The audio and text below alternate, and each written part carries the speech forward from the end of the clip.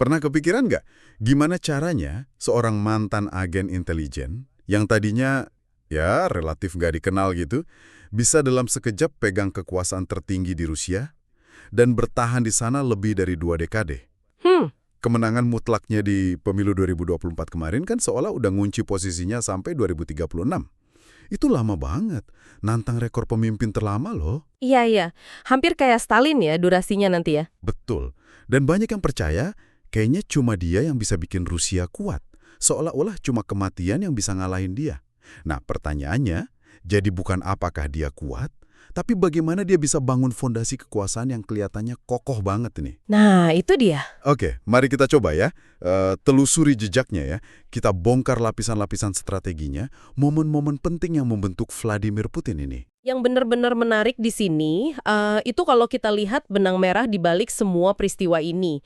Bukan cuma urutan kejadiannya aja. Bukan kronologi biasa gitu ya. Bukan, tapi lebih ke pola pikirnya, perhitungannya, terus ada warisan masa lalu juga yang ngebentuk tiap langkahnya. Kita coba pahami kenapa sih keputusan A atau B diambil, dan gimana semua itu nyambung ke sistem kekuasaan yang ya sangat terpusat ke dia sekarang. Oke, kita mulai dari akarnya deh. Pasca Uni Soviet bubar tahun 91, Rusia di bawah Boris Yeltsin itu kan, wah, panggung politik sama ekonominya keras banget. Betul, penuh intrik. Yeltsin sendiri kan berkuasanya didukung sama para oligarki. Nah, ini penting nih.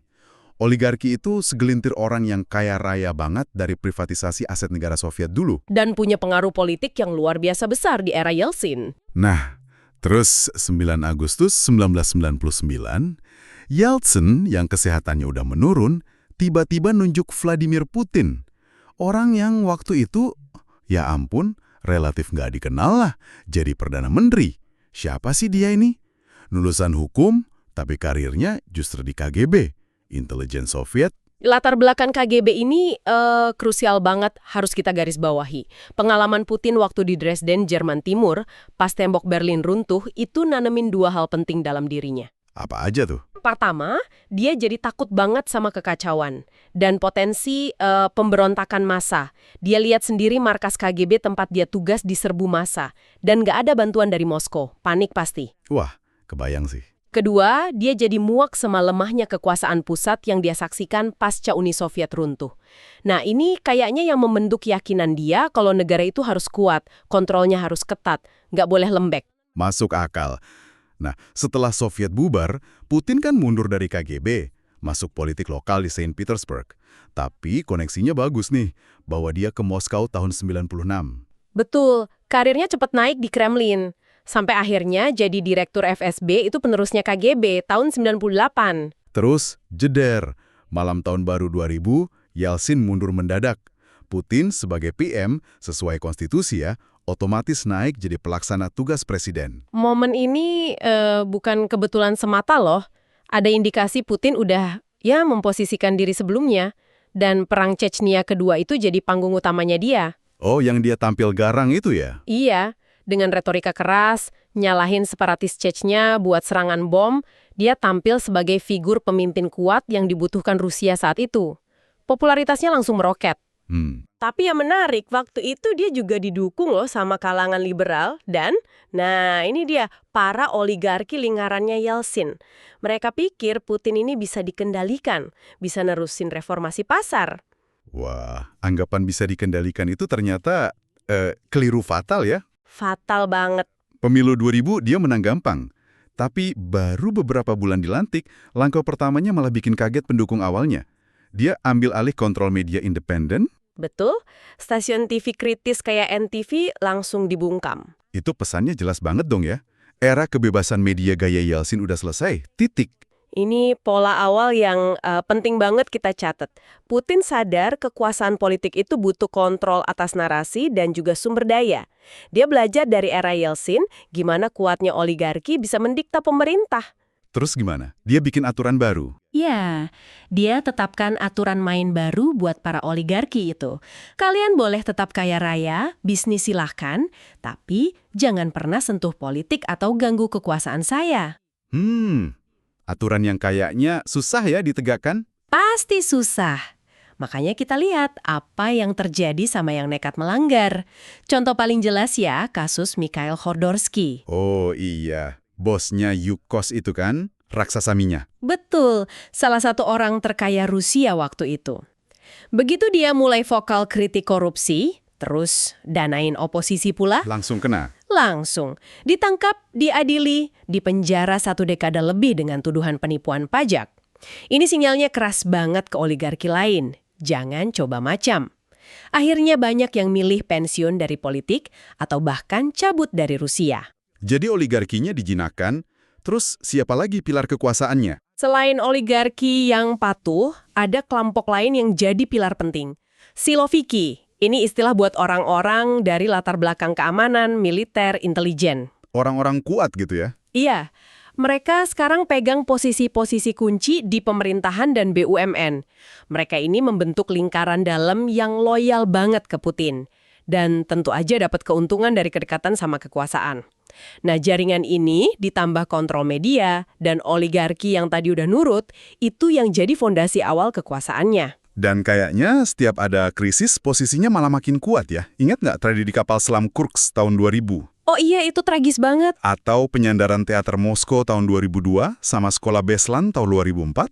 Dua-duanya kan berakhir dengan banyak korban jiwa. Pemerintahnya dikritik habis-habisan waktu itu. Bener, kritik internasionalnya tajam banget. Pengadilan HAM Eropa bahkan sampai nyalahin Rusia buat kasus Beslan.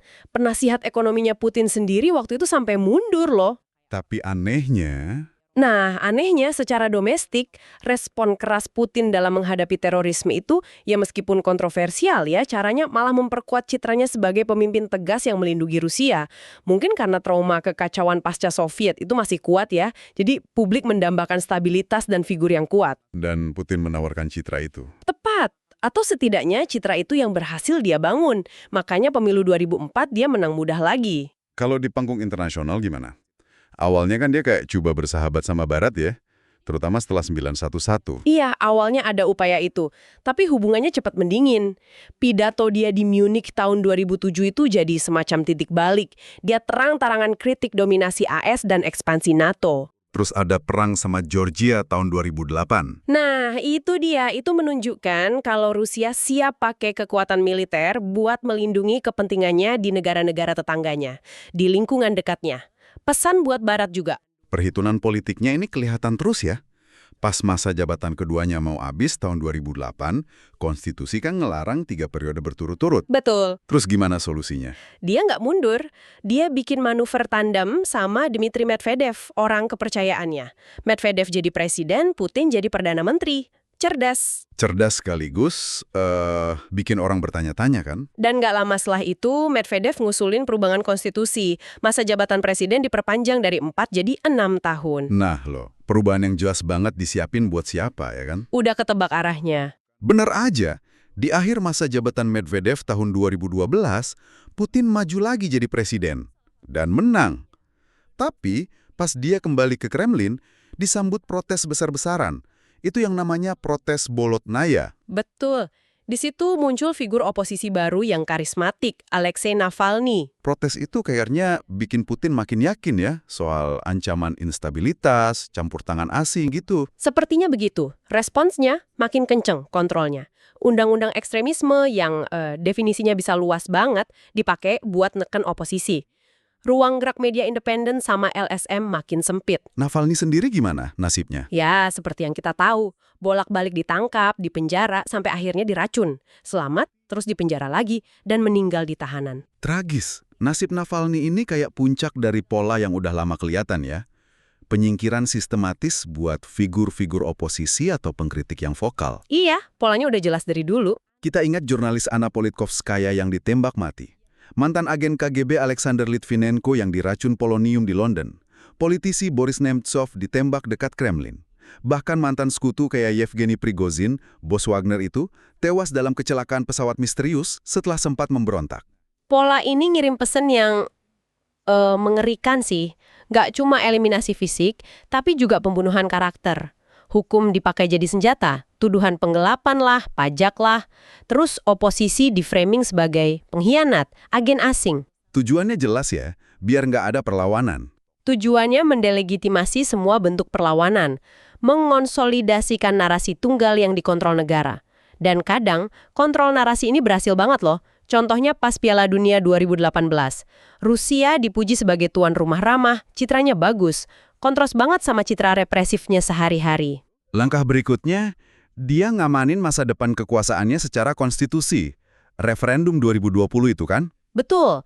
Hasilnya, amandemen yang intinya meriset batas masa jabatan presiden, jadi dia bisa maju lagi di 2024 dan potensial sampai 2036.